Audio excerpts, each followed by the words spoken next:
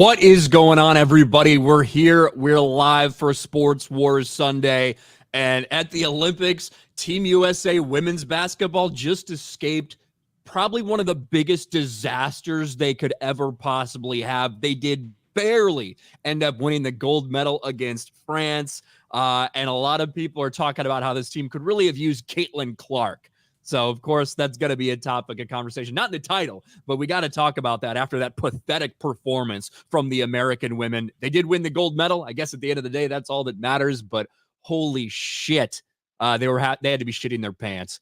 Before we get into all of that, male boxers beating the shit out of women, Steph Curry bailing out American men at Team USA basketball, and a little bit of NFL preseason talk. Let's introduce John Matrix from Black and White Sports. What's going on, John? What's going on, everybody? Close call for the women. I was actually watching a little bit of it just to see how it was going to go, but then I got busy. Then I was on my computer. I was like, wait a minute, this game's pretty close.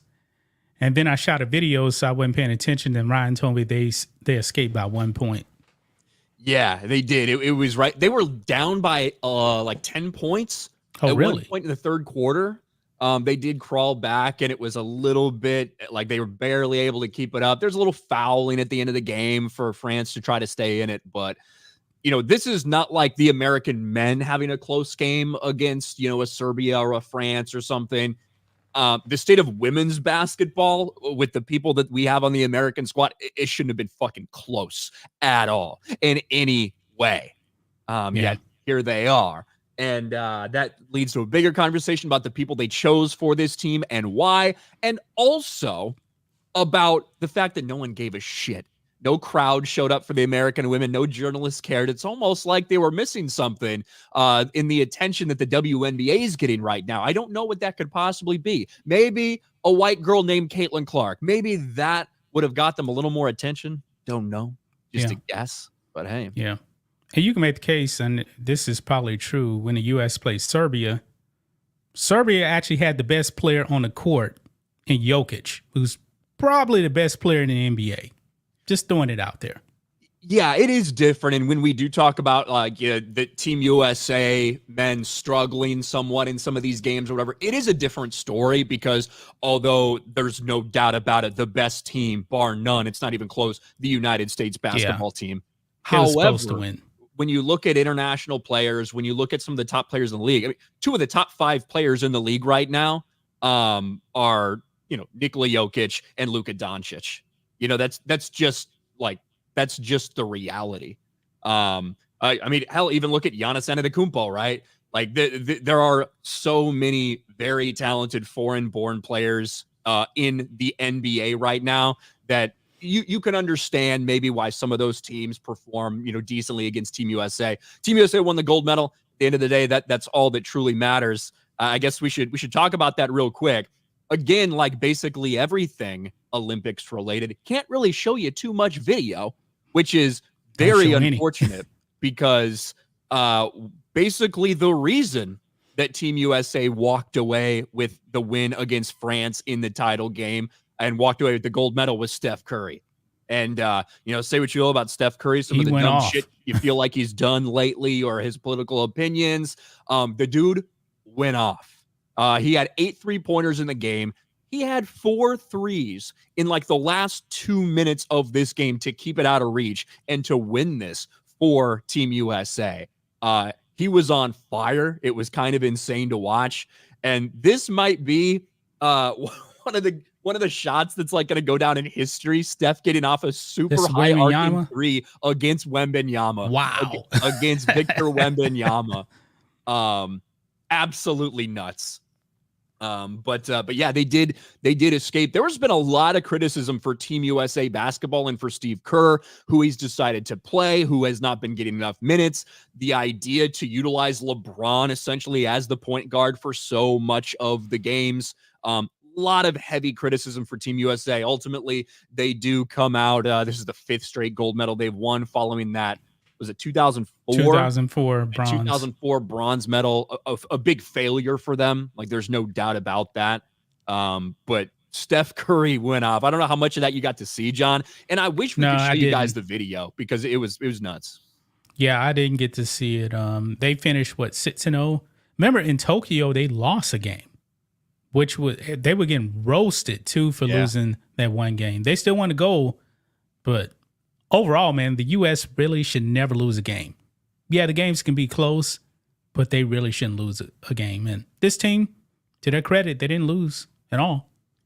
They should, they should have competitive matches with some of these, like France, right? France has very talented players. We talked about Serbia, like stuff like this. They should have some maybe challenges, especially because so many of the players on those teams outside of the NBA stars, they play together and practice together a lot more than Team USA and does, they play by international rules too. Exactly. But they certainly shouldn't be struggling like we saw was at fucking South Sudan or whatever the fuck they struggle in those warm-up games.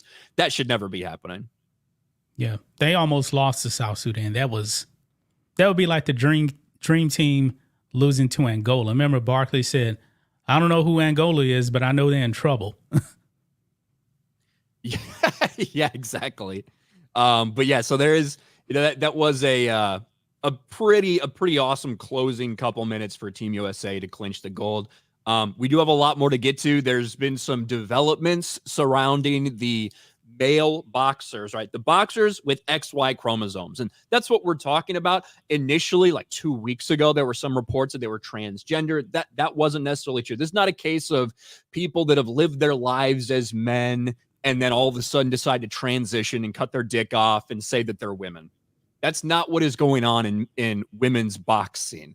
What's going on in women's boxing are people who truly had differences in sexual development, those rare DSD cases where you have XY chromosome, but you might have a different set of genitalia. Maybe you have internal genitalia, like a couple of these women have I shouldn't say women, a couple of these dudes have internal testicles. They Cassis and Maya. Yes, they have male DNA.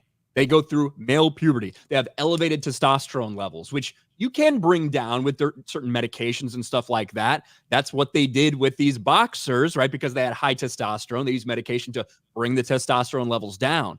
But ultimately, at the end of the day, they are biologically XY chromosome males who were raised as women.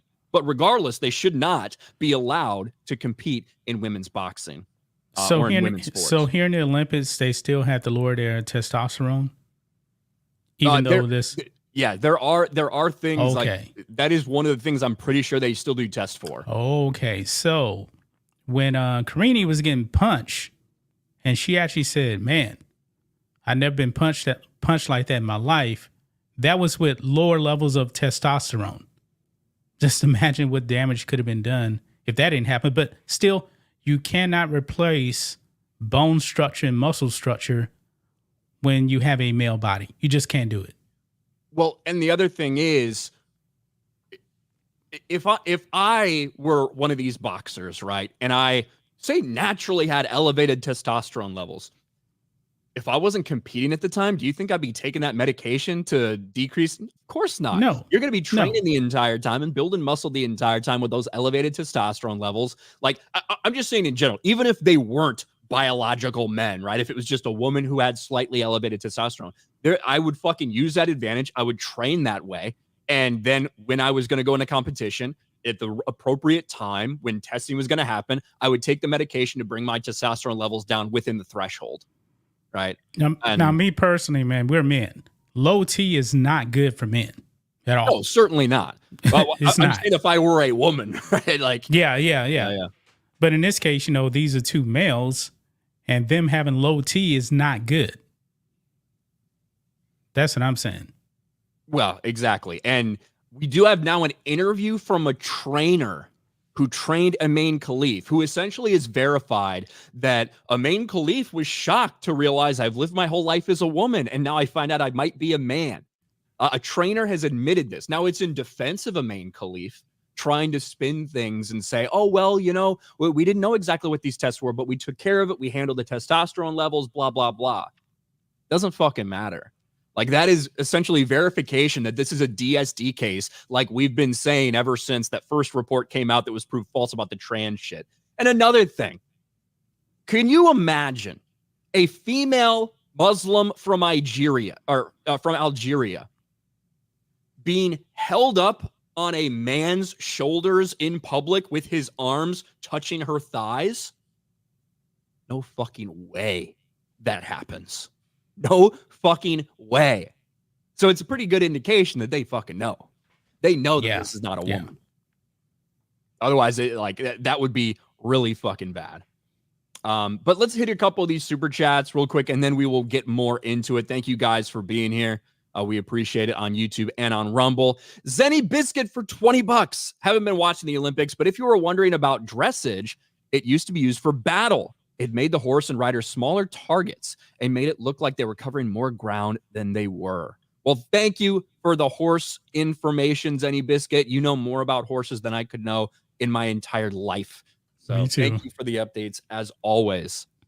Mike Hill for $5. United States women basketball barely pulled it off, winning only by a point. Yeah. Very scary. We'll probably get into that next. USA women nearly got embarrassed from Mick Walsh. And then Mick Walsh for 2. Beardo, who's not here. Beardo, I see your Astros are the top of the AL West.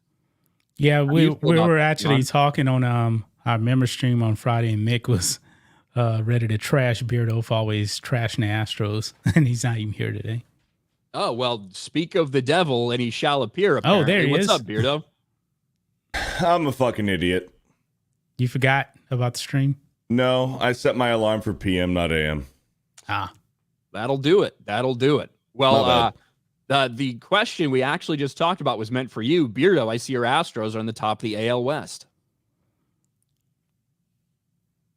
Yeah. Oh, well. There you go. No trash cans involved, reportedly. Jordan hit a huge home run yesterday. Who did? Jordan. Oh, yeah, Jordan Alvarez. Yeah. Listen, the Astros, I went and saw him, what was that, a month or two ago or whatever? I went and saw him in person. So the Astros had a rough start. Still a very, very talented horrific team. Start.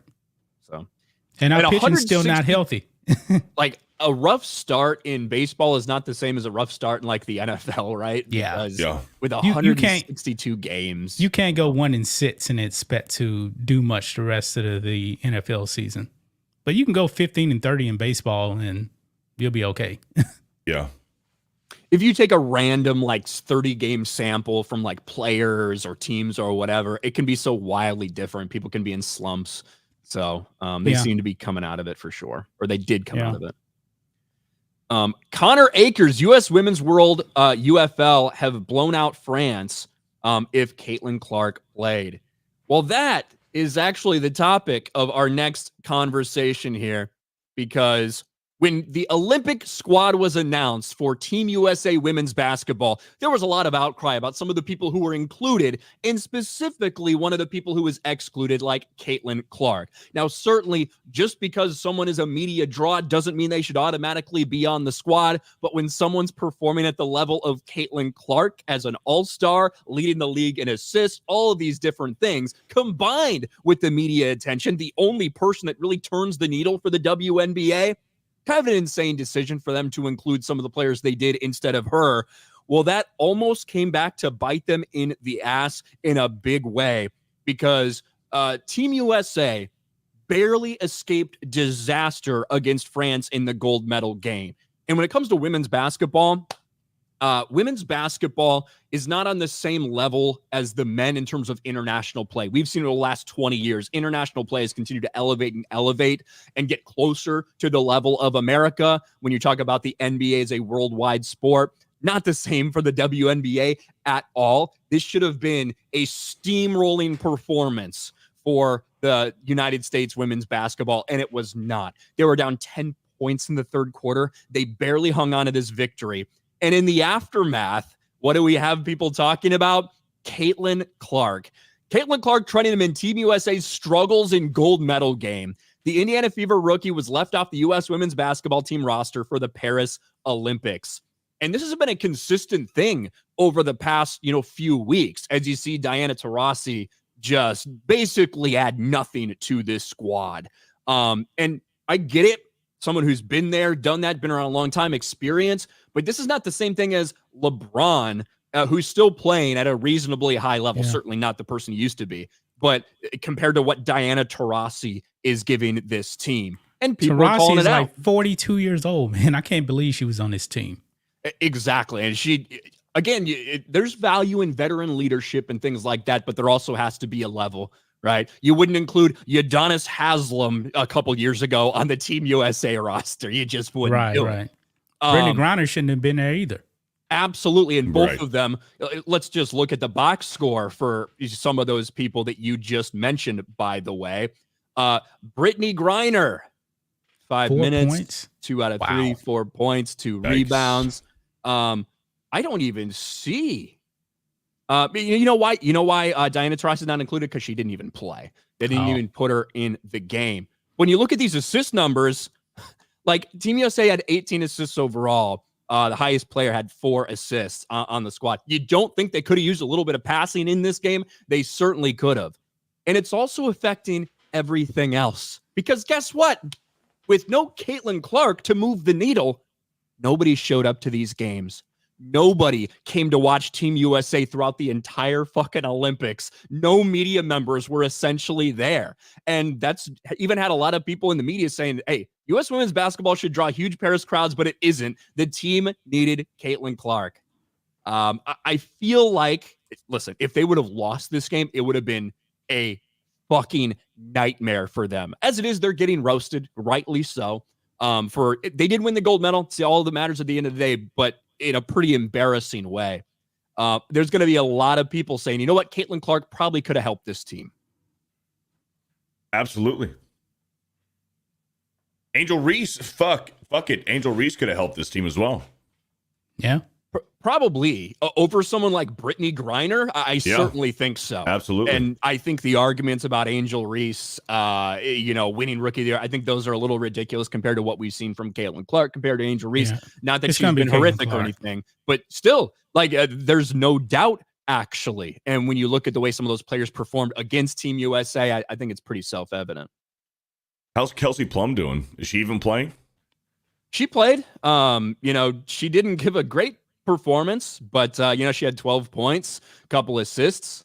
So, there it was. Kelsey Plum played okay, but a lot of people acknowledging the reality that without Caitlin Clark, not only United States teams suffer a little bit play-wise, but nobody fucking paid attention to them. This could have been their moment. They should have capitalized on this. Yep. Because I'm going to be real. I've said it before. I'm not 100% convinced that the Caitlin Clark insanity is going to be the same 4 years from now when she is on an Olympic roster as it is now. Yep. I'm not fucking sold that it'll be the same level of fervor or fever, Indiana fever. And I think they missed a big opportunity on the world stage to actually get people paying attention to their sport. And the only reason people paid attention today is because they almost fucking lost. But by that time, 4 years from now, Caitlin Clark is probably going to be the best player in the league in 4 years for the WNBA. But the WNBA is doing everything they can to shoot themselves in the foot, man. They got can't really go 20 years. I mean, WNBA's only been around for like 27 years, but once in a generation kind of player that people actually want to watch, and they just mess this up like this. Yeah. Bro, and you know what? Just look at these fucking numbers, dude. Look at these numbers in general. Field goal percentage from France, 31.5%. 3-point field goal percentage, 19. From the United States, 33%. Wow. 16% from 3.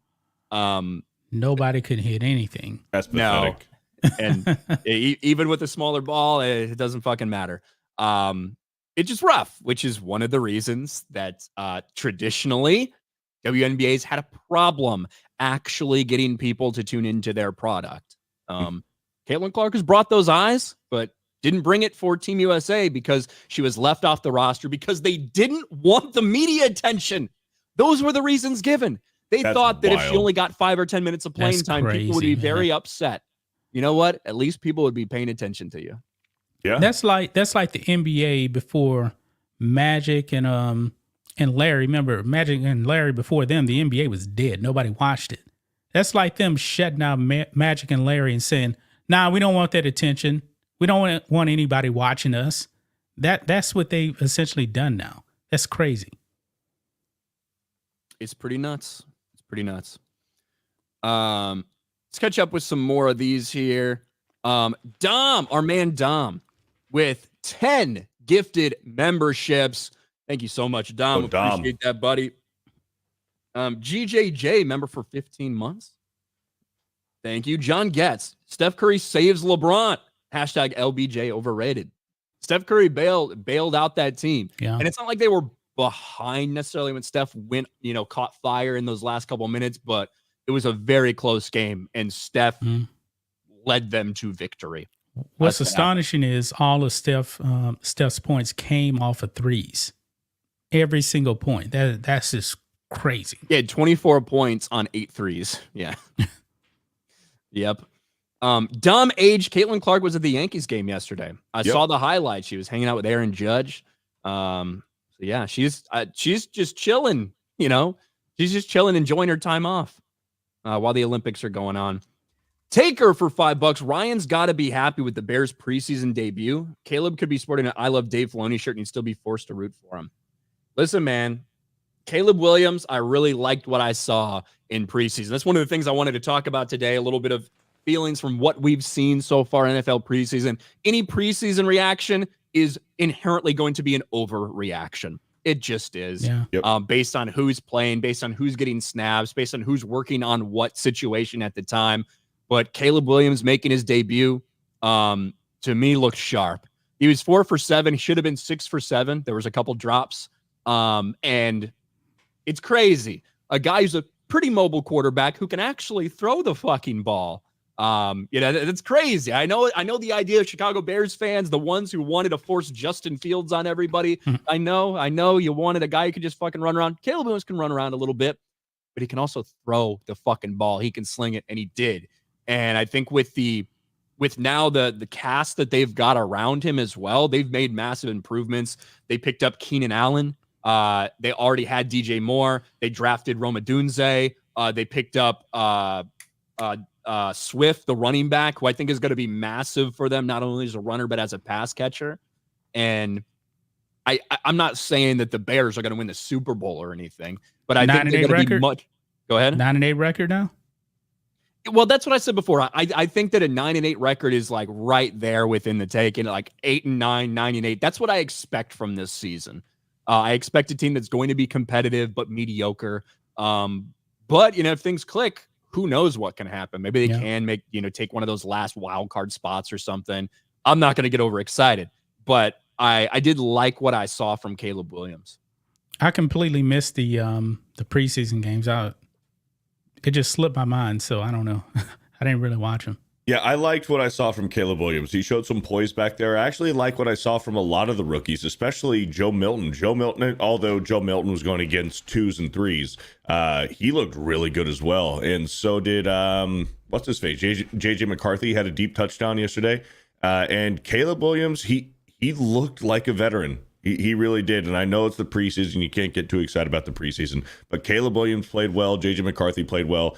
And I liked what I saw from Joe Milton. I think that the Patriots struggle early. You might see Joe Milton take some starts. He might start some games this year for the Patriots. But overall, I think the rookies are doing well. And Justin Fields played like shit against Houston the other day. So. Yeah, I think the Milton stuff is a little bit overblown. Like we saw his limitations in college. We just did. And you're going to get some cool creative plays with a fucking big arm that he's got. You might see some stuff like that gets you excited. I think if the Patriots want to actually rebuild this team, I think Drake May is definitely like the guy to do that in terms of like consistency and accuracy and all those things. You did see Jaden Daniels looked solid for the Commanders. Yes, you brought up JJ McCarthy. There's been a lot of JJ McCarthy hype from training camp and things like that.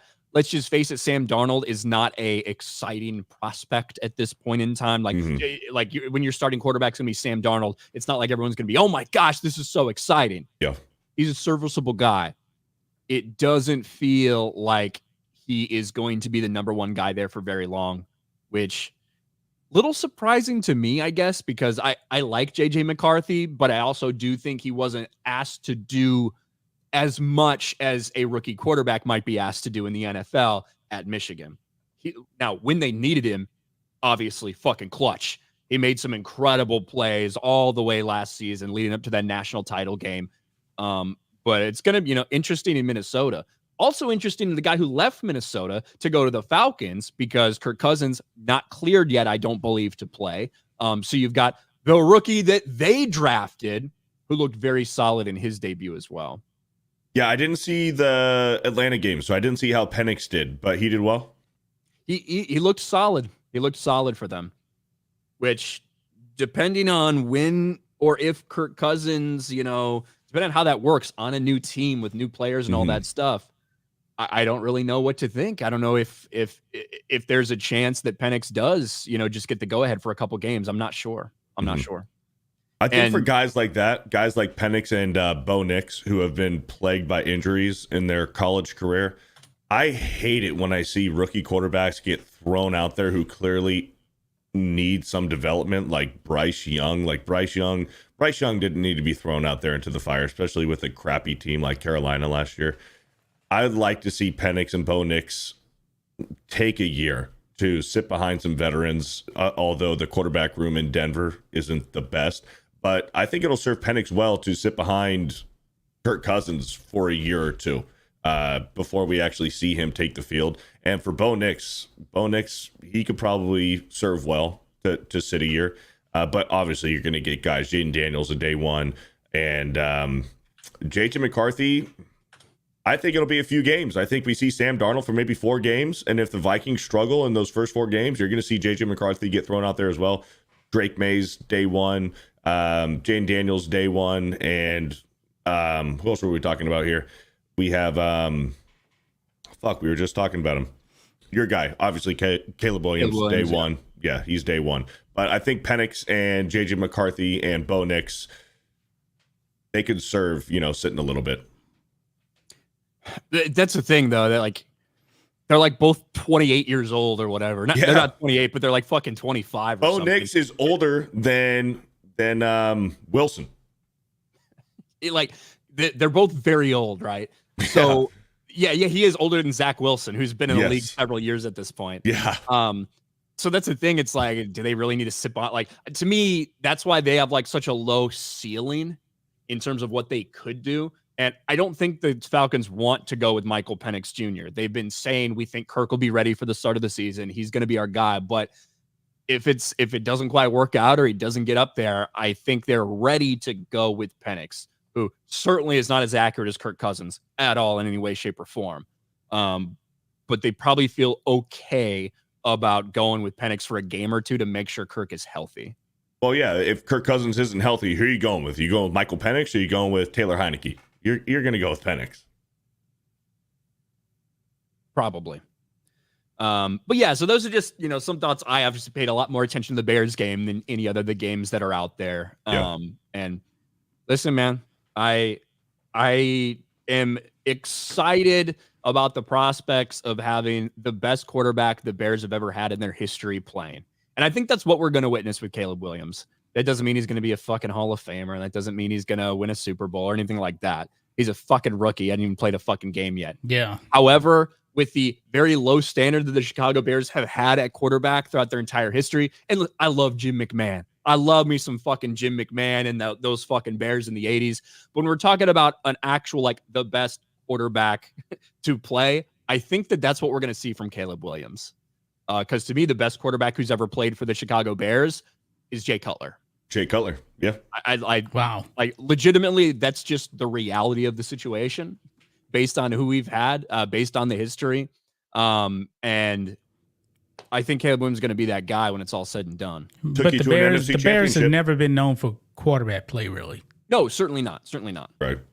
And like I said, fucking love Jim McMahon. The dude is a fucking rock star and a legend. I was a big Refrigerator Perry fan when I was a kid. Yeah, but let's just face reality, right? He was a quarterback on a team that had the ball off to Walter Payton a lot and had the best defense, arguably, that we've ever seen man the field. Yeah. Just what it is. So anyway, get back to some super chats after a little bit of NFL talk. Cole Hauser to Italian gymnast coach Claudio Mancinelli. Hot. Listen, there's a lot of very in shape, hot athletes out there. The chick from Norway. What's that? The Norwegian chick. She's taken everybody by storm. Norwegian track runner, I think. You got a lot of them. You got that Canadian girl that was twerking after the pole vault or whatever. Yeah. Which also that is like I know a lot of people probably it's like a fucking meme that's been around for a couple years now, like pretending like you're hurt and like going down and then fucking giving those last couple twerks. Right. Yes, that did happen. That did happen. Lance for 199 says, fuck the Astros. Agreed. And then Truth with S hits back, go Astros. She's a big Astros fan. What do you think about that, John? Oh, I like that. Here you go. No trash cans required this season. That's the argument. That's the argument, Truth with S. David Cushmore for 5. IOC needs to put an end to this from happening again. Men should not compete in women's sports. Yeah, let's get into it because, you know, when we last gathered, we were talking about women's boxing and how you had people that had been disqualified from world championships. And guess what? Both those people, worst case scenario, they ended up winning. When we found out that there were 2 competitors in women's boxing that had been disqualified from last year's world championships for failing gender eligibility requirements because they were deemed to have XY chromosomes, it started an absolute shit show, and rightly so. Because at this year's Woke Olympics, there's been a lot of things that have rubbed people the wrong way, but there's almost nothing worse than seeing someone who is biologically male, has XY chromosomes, male DNA, in a ring hitting an actual woman. But that's what we saw repeatedly, consistently at the Olympics. And both of those athletes, Amain Khalif and Ling Yu Ting, ended up winning the gold medal. People who are disqualified for having XY chromosomes, people who now refuse to talk about those tests or get into specifics, they're being backed the entire time by the IOC, the International Olympic Committee, who had the gall to say these things. International Olympic Committee president says he lacks a scientifically solid system to identify men and women. Actually stated at a press conference. And now you have these athletes who, this is not a transgender situation where they live life as a man and then all of a sudden decided to become a woman, cut their dick off. It's not what's happening. It's a different case. It's one of those rare instances in both of them of differences in sexual development, where even though when you're born, it might look from all appearances like you are a woman, you might have been raised as a girl, all of these things. In actuality, they have male DNA. They go through male puberty. They have elevated testosterone levels. In some cases, they have internal testicles, right? These are the situations like this. They should not be allowed to compete in women's sports, yet both of them end up winning gold medals. Lin Yu Ting and Amain Khalif both win the gold. It is pretty disgusting and disturbing shit to witness. Yeah, and in the case of Lin Yu Ting, he left that female with a busted up nose, blood all over her face. It was disgusting to watch. And I actually watched that fight. That fight wasn't even close. Not even close. No, none of them really were. None of them really were with these men in the ring with women. And we did see a lot of people, protest against what was happening. Multiple athletes protesting, throwing up XX for, hey, just letting you know, I'm an actual fucking woman. You saw people in the crowd that were booing these people. There were people in the crowd holding up XX signs as well. A lot of people are not happy with this. And you know who is happy? You know who's celebrating? Woke ESPN.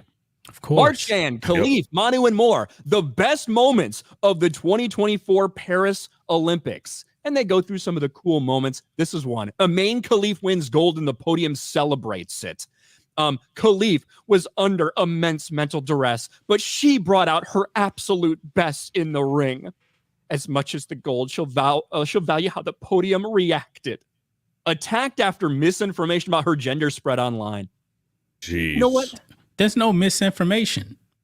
Well, initially, let's be fair. Initially there was talk about transgender thing, but that got cleared up.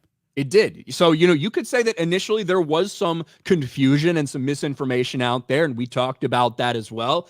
But you know who has the actual information?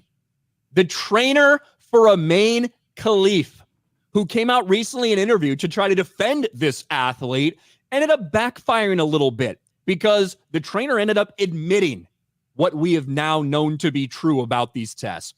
Interview with trainer reveals Amain Khalif got independent confirmation of IBA's sex test, confirms Amain Khalif has a Y chromosome, had male levels of testosterone, and is able to respond to testosterone. So in order to lower those levels of testosterone, like, that's what is going on. They knew about this. They got independent confirmation, and even trainers involved with Amain Khalif are admitting that this is the reality. Now, they've defended it. Listen, she was raised as a girl. She's raised as a woman. She has a woman's sensibilities. And I do sympathize in general for actual people like this who are born with this very weird and very rare thing, this DSC, this difference in sexual development. However, unfortunately, you shouldn't be allowed at the Olympics, and you certainly shouldn't go out there and try to pretend like you actually belong and claim harassment, threaten to sue people, all of this shit. This is bullshit, and it's only continuing to get worse. And it's not okay. This is not something that's acceptable, and it has started a fire that I don't know if the Olympics is actually going to be able to avoid, addressing in the future. So what's going to happen? Are we going to reach a point where we have a separate division where hermaphrodites and transgenders have their own division to compete in the Olympics? It could have been possible, Beardo, because the IBA, when they actually tested these two guys, it was actually a grand total of 5 guys. They said tried to dupe the system and say that they were actually women. I think at this point you have to. At this point you have to. But you know what's going to happen? You know what's going to happen, though? They're not going to want to fight in their own division. They want to fight against women. Because it's an easy win. It's an easy win. Yeah. Because what sport was it that actually tried to have a, I know it's saying transgender situation, but they tried to have like a transgender category. It was like an open category. Open category. Right? There you go. 0 people signed up for it.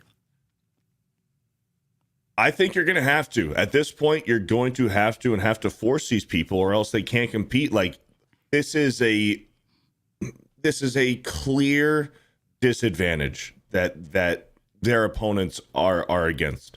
Like, you're going to have this open category where you have the transgenders and the hermaphrodites, people like this that have both chromosomes. That there's no way to go about this, or else it's just completely unfair, and these people are just going to run away with it every single time. And the reality is, this is, I'll reiterate, this is different than a transgender athlete situation where somebody has lived their entire life as a dude, like Will Thomas style, all of a sudden decides to pretend that they're a woman and like competes and joins with women. I do have sympathy for these very rare cases out there of these people that in some cases might have multiple different sex organs. They might not have even known until much later in their life that this thing was actually a reality. I have sympathy for that to some extent. But the bottom line is they shouldn't be competing with women. If you have XY chromosomes, you should not be competing with women. Bottom line, it's very simple. And I could have had more sympathy for these people, but they went out and played victim. Amain Khalif went out and played victim and cried harassment, cried bullying, and refused to answer questions about the failed gender test because Amain Khalif knows that what the IBA said is true. They were offered the ability to appeal these things. The IBA offered to pay for all the money that they would need to appeal these things. They didn't do it. They didn't appeal the decisions because they knew the truth. And the IOC doesn't do the same tests that the IBA does. And International Olympic Committee has been covering for them, and it's truly disgusting. And when you look at some of these pictures of Khalif, like you just look at their shoulders, the amount of androgen in their shoulders, that's where you can tell like the definition, it's not ladylike. It's not a woman's sensibility. Yeah. Absolutely not. Same thing with Lin Yuting, man. One other thing that people brought up was like the trainer that was holding Amain Khalif, a Muslim woman, right? Apparently holding her on his shoulders, like grabbing her thighs. Bro, you think that if people thought that that was an actual woman, that would be okay or acceptable? It fucking wouldn't be. Right. It absolutely would not be.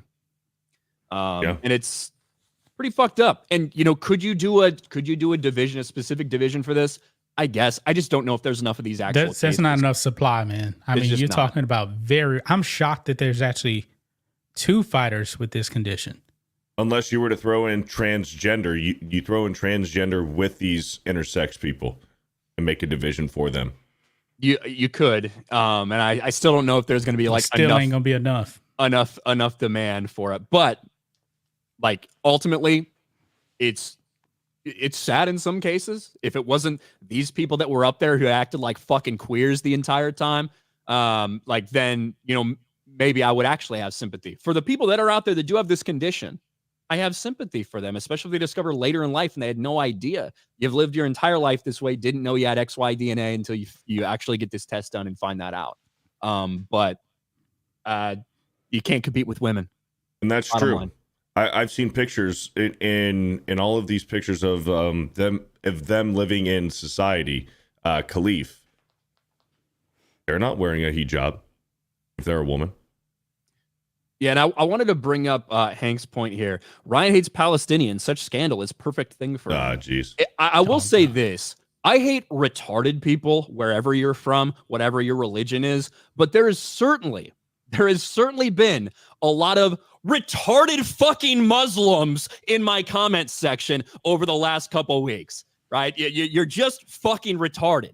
If you don't think that this is a thing that's actually going on. There's tests that have proven this. They've refused to comment on this. A trainer has now come out and admitted this fact. So I know it's very upsetting. Keep coming in the comments section and saying you want to kill me like a dog. That's what all the fucking retard Muslims have been saying. Keep going for it. I'll take the engagement. But the truth is, if you think like that, you are retarded. I'm an equal opportunity insulter, right? I don't care if you're Christian. I don't care if you're Muslim. I don't care if you're Jewish. I don't care if you're Hindu. I don't give a fuck. If you're a retard, I'm going to call you a goddamn retard. So educate yourself, I suppose, because you're blinded by the hate you clearly have. Anyway, let's move on. Where was I? Let's see. John Getz. What's up, our man? John Getz with 5 memberships. 1, 2, 3, 4, 5. Thank you very much, John. And then also is a member and says for $2, congrats on the second best player too. Durant. Yeah, Durant was big. And Durant's typically actually been very solid in the Olympics in general. He was hitting big shots and tough shots, high difficulty shots pretty consistently. Where am I? My Steelers will suck, plus somehow get 9 to 10 wins again. Do they still have that streak going? Yes. Mike Tomlin still has that streak of no losing records. They barely got it last year. They overachieved last year record-wise. Yep. What do you think about the and John Getz says last year Pickett was great in preseason. Yeah. What do you think of the quarterback situation that's developing, or some people are trying to push into existence or speak into existence about Russell Wilson versus Justin Fields?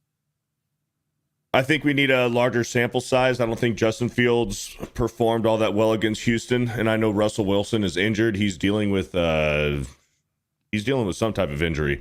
I think Russell Wilson's obviously going to be the clear starter, and early struggles. Maybe we'll see Justin Fields, but I don't think Justin Fields is it at all, and I think Russell Wilson is going to be the starter probably all season long in Pittsburgh.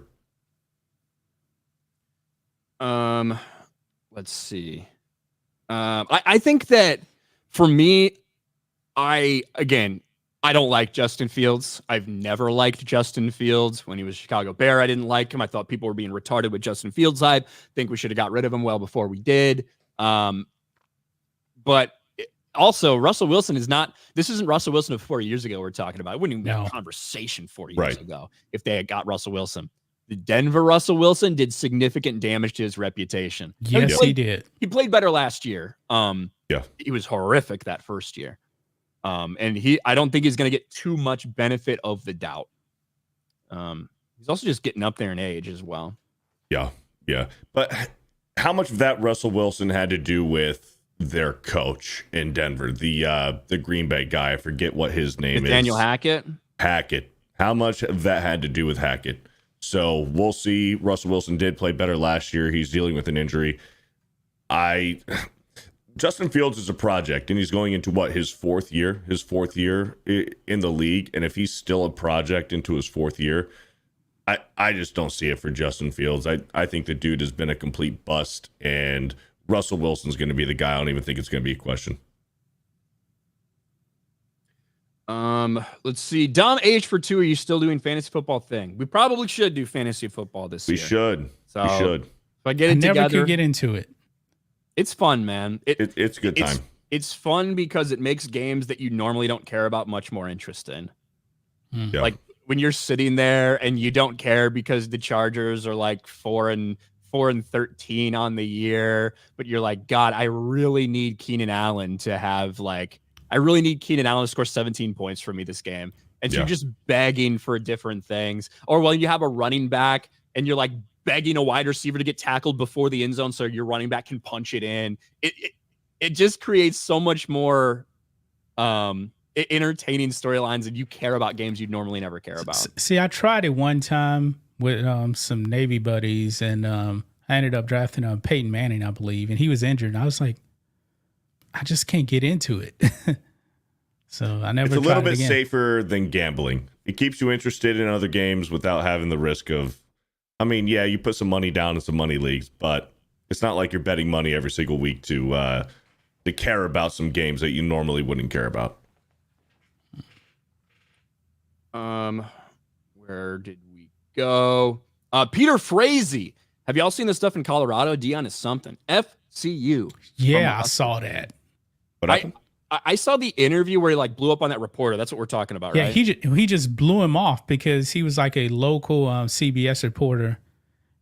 Technically, he wasn't really with CBS himself, but it was a local reporter. He was with CBS Denver. Yeah. Like a local reporter, and Dion pretended like he was national news media and like reacted in a weird way.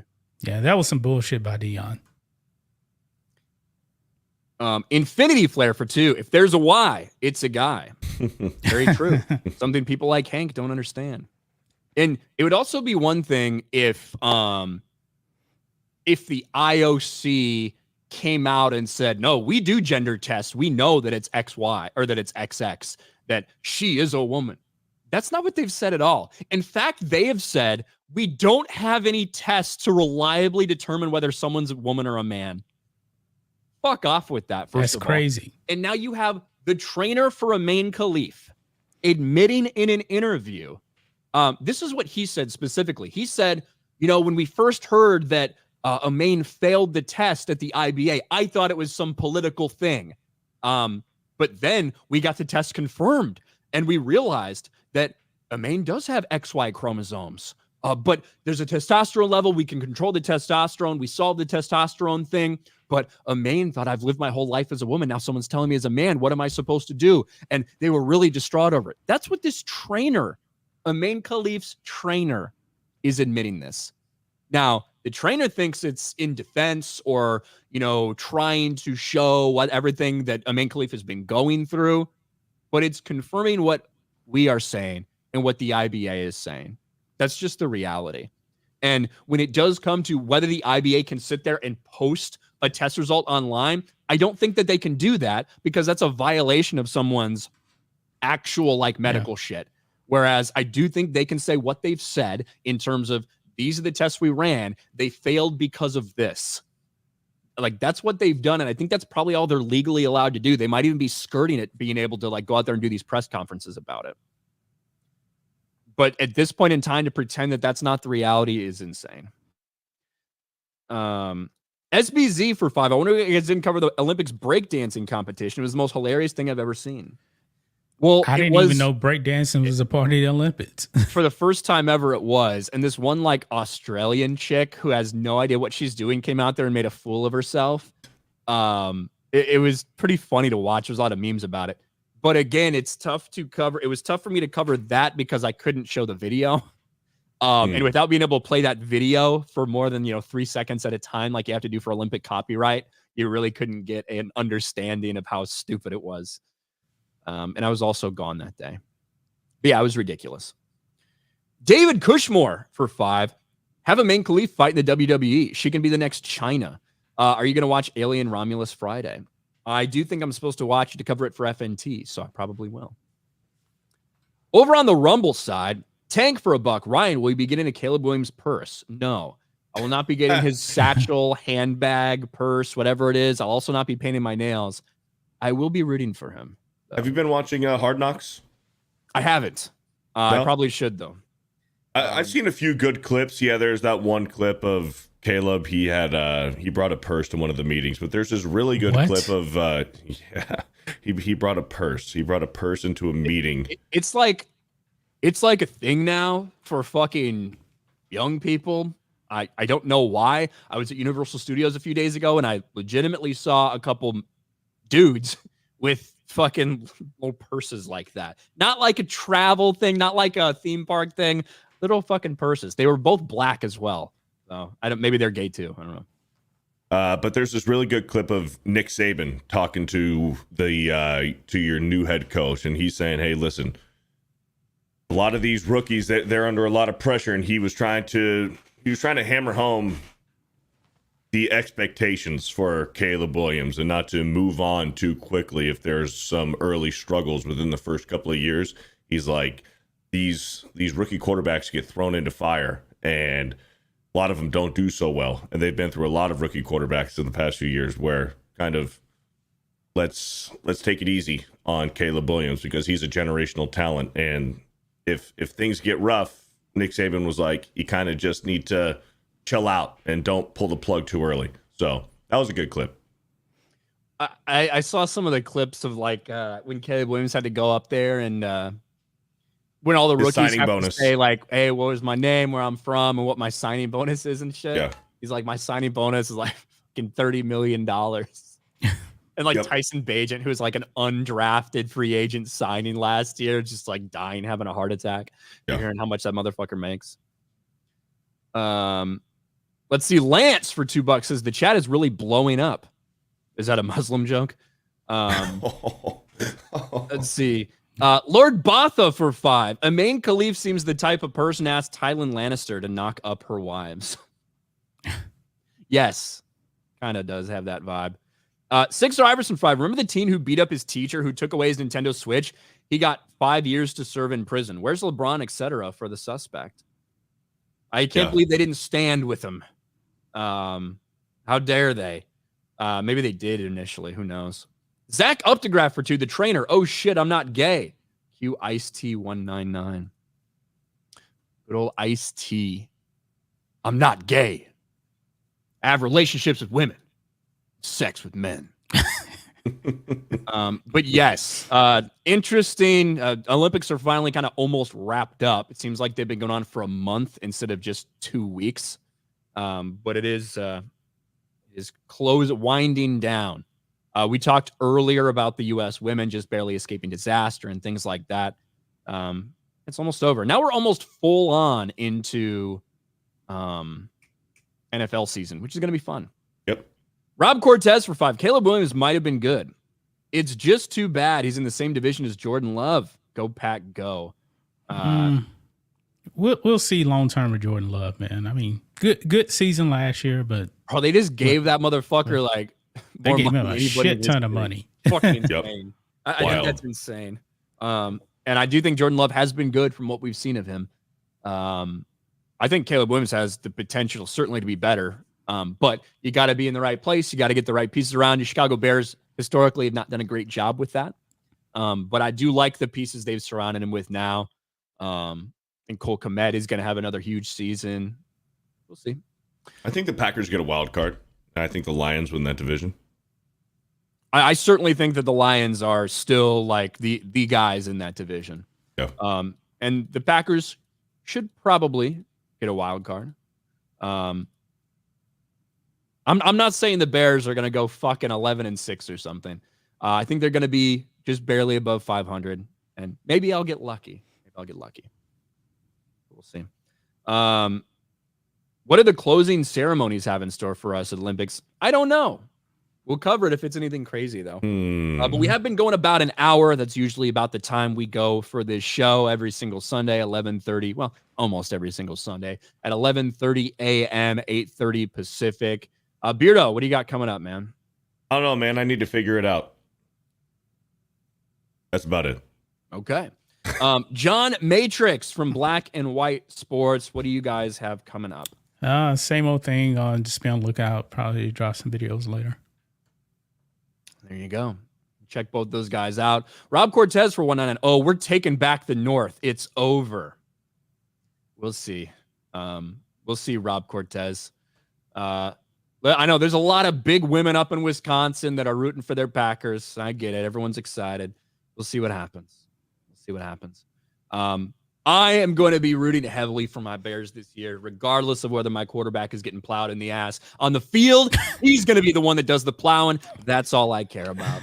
At least now that he's on my team, that's all I care about. I might be saying something else if he's on another team. Yeah. But anyway, that's going to be it for us today. Thanks for joining us, even to the haters and retards in chat. We'll be back next week and talk to you later. Peace.